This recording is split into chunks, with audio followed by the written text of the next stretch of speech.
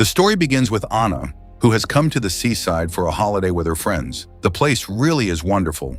Blue water on every side, beautiful views, and scattered all around, a number of small and large islands that not many people have visited so far. In recent times, this area has become quite famous among tourists. At that moment, everyone was simply in the mood to enjoy their holiday, but they had no idea at all that this trip of theirs was soon going to turn into a nightmare. The group is still putting their luggage down after arriving at the hotel when Yuyu's eyes fall on a curly-haired girl standing at the door.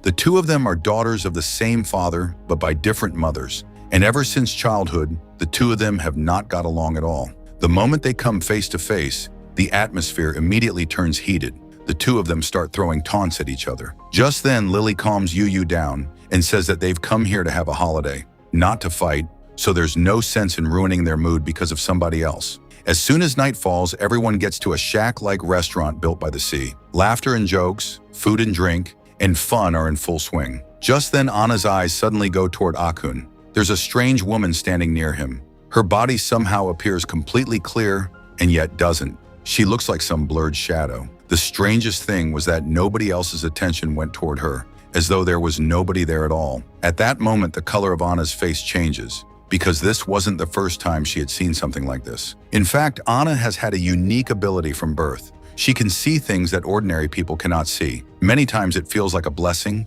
and many times like a curse.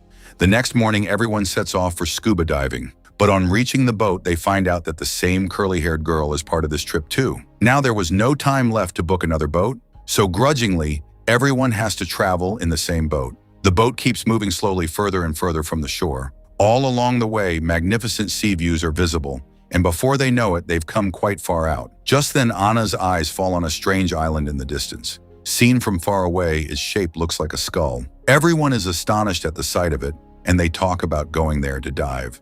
But the boat's captain, the moment he hears them, flatly refuses. There was such firmness in his voice that nobody is even able to argue. He explains that this island is a forbidden place for the local people. A ban on going there has been imposed by the government as well. At that moment, everyone accepted what he said, but the image of that mysterious island wouldn't leave their minds. Finally, the boat captain takes them to the diving spot he had suggested. The water here was so clear that everything was visible right down to the bottom. Seeing the colorful fish, the sea creatures, and the beautiful rocks, everyone loses themselves in the fun. Anna too becomes so absorbed in the diving that she doesn't even notice the time passing. But when she tries to look up again, she suddenly realizes that all her companions have vanished.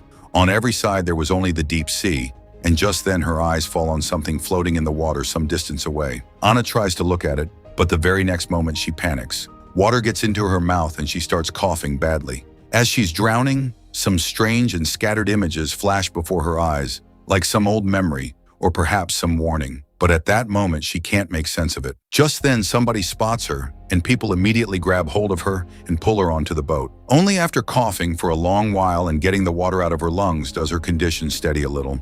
The color slowly returns to her face. But what she had seen under the water sticks in her mind. On the way back, the boat again passes near that same skull-shaped island.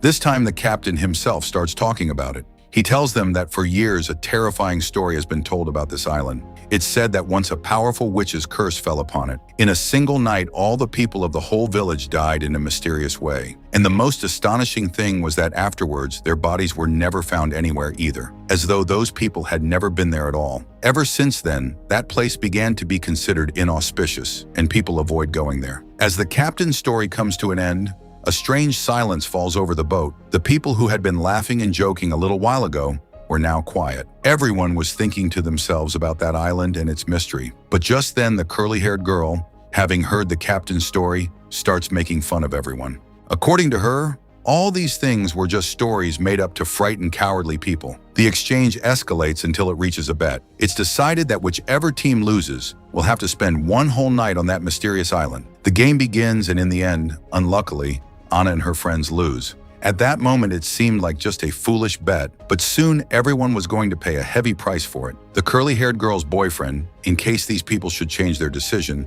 hires a speedboat early the very next morning and enthusiastically takes on the responsibility of dropping everyone off at the island himself. When everyone gets off the boat and arrives on that mysterious island, even as he leaves, he doesn't forget to throw a few taunts. But the moment everyone's eyes fall on the view spread out in front of them, for a while the fear of that place goes out of their minds. Lily was a travel blogger. Seeing the beautiful sea spread out before her in the golden shore, she smiles and says it's as though they have their own private beach. The moment they hear her, everyone runs happily toward the sea. Some jump into the water and some start swimming. Slowly, everyone almost forgets the captain's warning and the terrifying story attached to that island.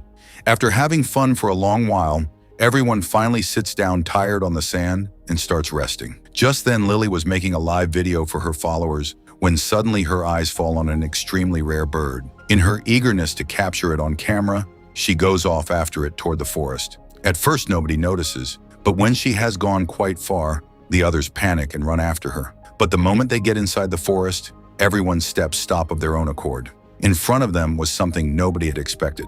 Among the grass and bushes stood several old stone statues. Looking at them, it clearly seemed that further ahead would be that same abandoned village the captain had told them about. Just then, somebody's eyes fall on a rope tied between two stone statues. It looked as though the way into the village had been deliberately closed off. Seeing this, Ahui becomes even more curious. He quietly moves forward and unties the rope without telling anyone. At that time, nobody found anything strange in it. After a little hesitation, everyone steps inside the village. In front of them, one after another, broken down huts come into view. Creepers, bushes, and wild grass were spread everywhere. It was clear that many years had passed since this place was abandoned. Even so, the surprising thing was that not one of the people there was feeling particularly afraid of that atmosphere. After a good deal of searching, Kate finds a wooden hut that was in better condition than the other houses. She suggests to everyone that they spend the night right there, and finally everyone agrees. After roaming about and having fun all day, everyone was badly worn out. After eating a little food, they soon fall asleep. But in the deep silence of the night, Anna is suddenly woken by a strange sound. It seems to her as though some woman is calling out to her from far away. She opens her eyes half asleep, and just then she sees another strange thing. All her companions sit up together and then, a few moments later, lie back down again, as though they weren't fully in their senses at all. Now the sound coming from outside starts becoming clearer. Anna's attention shifts away from her friends, and following that sound, she steps out of the hut. In the middle of the darkness, a light suddenly flashes ahead of her, and a strange scene emerges before her. A woman was clutching her husband to her chest and crying bitterly. Standing nearby was the village head. He orders the people present there to keep a certain matter secret, and the very next moment, that man is forcibly buried. Seeing all this, Anna is stunned. After this, that same woman slowly loses her mental balance. She starts living in a cave far from the village, and it seems as though she's working on some dangerous sorcery or black magic. Just then, Anna's eyes suddenly open. She sits up with a jolt and sees that morning has come. Her companions were gathering up their things as though nothing had happened. Anna suppresses the unease rising in her mind and gets back to the seashore with everyone. But on getting there, a new problem comes up. The curly-haired girl's boyfriend hadn't come to fetch them. At first, everyone thought he'd probably come late, but time keeps passing. Just then, another strange thing comes to light. Nobody's phone had a network, as though this island had cut off their contact with the outside world. Meanwhile, Lily was looking through her phone's gallery when suddenly the color drains from her face. There were some new photos in her album. The photos were of these very people, and the most terrifying thing was that those photos had been taken at night, when everyone was in deep sleep. Seeing those photos, Anna immediately remembers the previous night's dream. Now she starts feeling that there's definitely something very wrong on this island, but she keeps this to herself because she didn't want the others to panic and lose their heads. Time was passing continuously. Slowly, the sun too began to set, but nobody came to fetch them. And on the other side at the resort hotel, the curly-haired girl and her friends were comfortably eating a meal. Just then, she looks at her boyfriend and says that by now, Anna and the others should have been brought back. Why on earth hasn't he gone to fetch them yet? But the curly-haired girl's boyfriend was still in the mood to teach them a lesson. He felt that they should be left to go through a bit more trouble. Then it would be fun. Just then, the boat captain, who was passing by, catches their conversation. The moment he learns that Anna and her friends have really gone to that skull-shaped island, the color drains from his face. He immediately takes out his phone and tries to call them, but one after another, every number turns out to be unreachable. Not one phone was connecting. Anxious, he at least sends a message. It said just one thing: when night falls, do not stay inside the village under any circumstances. But unfortunately, this warning wasn't going to reach them. Meanwhile, Anna and her friends had returned to that same wooden hut. Now they had no option left except to wait. so they decide to spend one more night there. Slowly, everyone falls asleep. But after midnight, Ahue quietly wakes Yuyu. The two of them, without telling the others, set off toward the nearby forest so that they can spend a little time alone. The two of them were lost in their own world. During this, Ahue's foot strikes an oddly shaped stone and he knocks it over. At the time, it seemed like just a minor incident, but it was as though someone had once again awakened something. That same night, Anna suddenly wakes from sleep in a panic. A noise was coming from outside. She immediately steps out of the hut, and what she sees leaves her stunned. The people of the village were chasing a woman who was completely black in color. It looked as though they wanted to kill her. But the very next moment, that woman doesn't seem like a human being.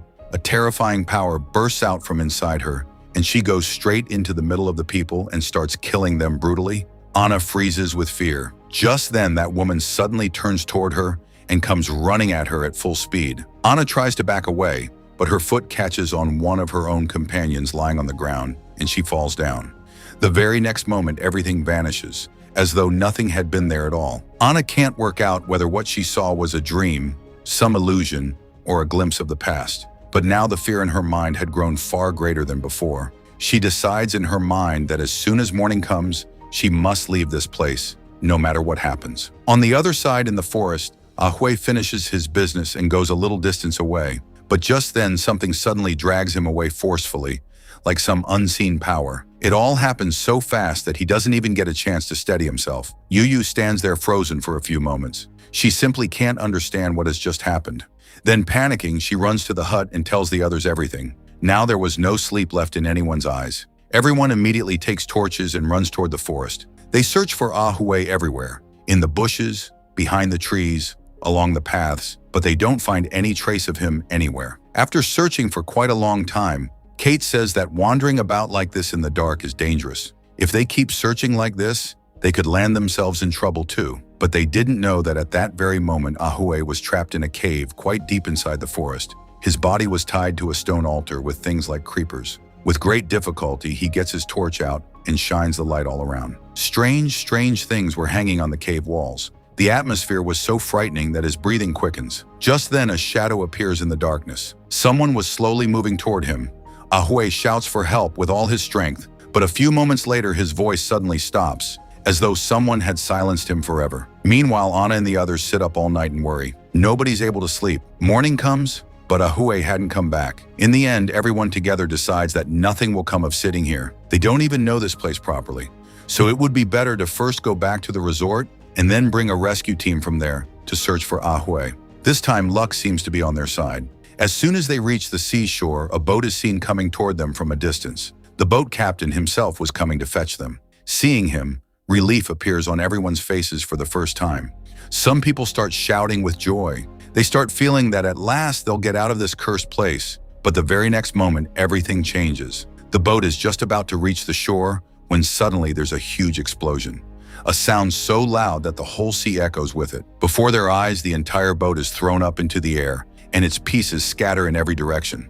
The captain and everyone present on the boat are finished in a single moment. For several seconds, nobody has the courage to say anything. Everyone just stands there stunned. Before their eyes, their last hope too had been destroyed. Now nobody had any doubt left that something is very wrong on this island. Fear, panic, and helplessness all begin to show plainly on everyone's faces at once. They start regretting that foolish bet of theirs. If they hadn't argued with the curly-haired girl, then perhaps they wouldn't be trapped here today. But now regret wasn't going to change anything. Just then, Kate suddenly remembers something. She says that all the strange incidents had started when Ahue untied the rope outside the village. Everyone thinks this over, and it seems right to them too, as though they had unknowingly set free something that had been shut away. Without wasting any time, everyone gets back to the village's entrance and ties that same rope again the way it had been before. Now they were simply hoping that perhaps this would change something. During this, Anna's eyes fall on that odd heap of stones on the ground. She suddenly remembers the previous night's scene. In the dream, she had seen the villagers burying something near this very spot. A strange feeling comes over her. She slowly moves forward and places her hand near the stones.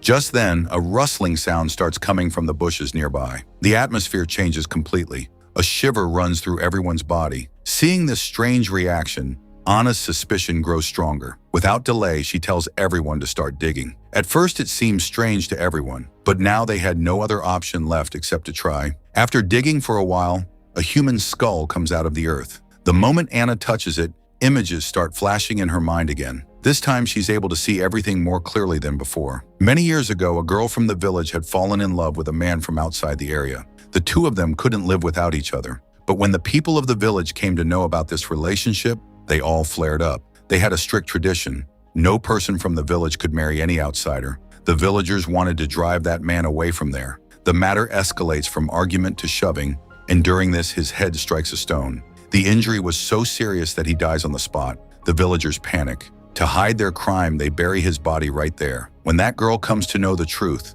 the fire of revenge blazes up inside her.